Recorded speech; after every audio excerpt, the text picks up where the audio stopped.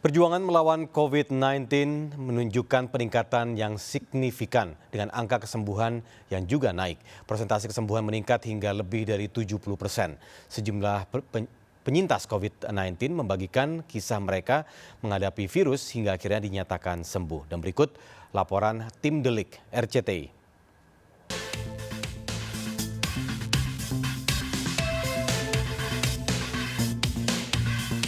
Perjuangan melawan COVID-19 semakin menunjukkan peningkatan angka kesembuhan yang cukup signifikan, di mana persentase kesembuhan meningkat hingga 71,7%, sementara angka kematian akibat COVID-19 hanya 4,2%. Meningkatnya angka kesembuhan tersebut tentu tidak lepas dari perjuangan dan semangat para penyintas yang sebelumnya telah berjuang melawan COVID-19. Hal ini semakin menguatkan fakta bahwa COVID-19 adalah penyakit yang bisa disembuhkan. Seperti yang dialami oleh Mangaranap Sinaga, pria 52 tahun ini menjadi salah satu mantan pasien COVID-19 yang juga memiliki penyakit bawaan yakni diabetes.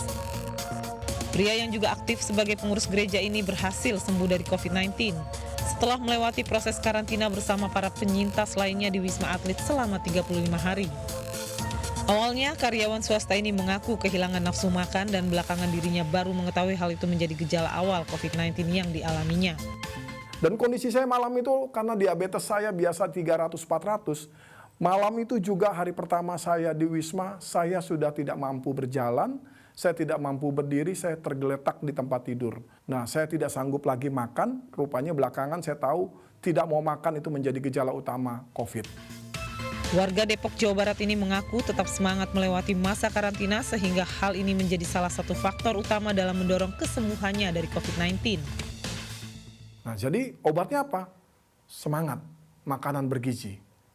Itu obatnya, istirahat yang cukup. Itu yang kami lakukan, Mas, Mbak. Yang kami lakukan dan itu yang saya bagi sampai sekarang. Percaya sama Tuhan, tetap semangat, ya dengan berdoa ya. Makan jangan sampai malas, dilawan. Karena itu satu teori, ketika diabetes itu COVID tidak mau makan. Tetapi kita bisa paksa lewat air putih, kita paksa nasinya masuk. Itu yang saya lakukan. Menjadi pasien positif COVID-19 juga pernah dialami oleh Jenes Sitorus, seorang penyintas di Wisma Atlet Jakarta. Gejala awalnya mengalami panas tinggi dan batuk. Setelah melalui proses swab, mantan kontraktor swasta ini divonis positif COVID-19. Saya antar istri ke kantor, setelah pulang dari kantor tiba-tiba badan saya panas tinggi, kemudian batuk. Di situ saya langsung diperiksa darah, dipoto torak, dan saya diperiksa di situ selama hampir 3 jam. Nah, 3 jam sambil menunggu hasil laboratorium. Nah, setelah ada hasil laboratorium, dinyatakan bahwa saya ada positif. Kemudian dikasih rujukan untuk rumah sakit Atlet. Nah, tetap semangat dan memiliki keyakinan yang kuat membuat pria 63 tahun ini memiliki imunitas yang terjaga, sehingga akhirnya sembuh total dari COVID-19. Jadi saya punya semangat. Pertama itu harus ada semangat dan membangun imun. Saya berprinsip bahwa virus ini tidak ada obatnya. Yang obatnya adalah hanya meningkatkan imun ya. Nah, saya berusaha bagaimana meningkatkan imun itu.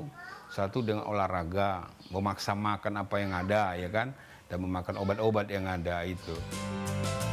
Sementara dari data COVID-19 di beberapa wilayah di Indonesia terjadi peningkatan angka kesembuhan yang cukup signifikan.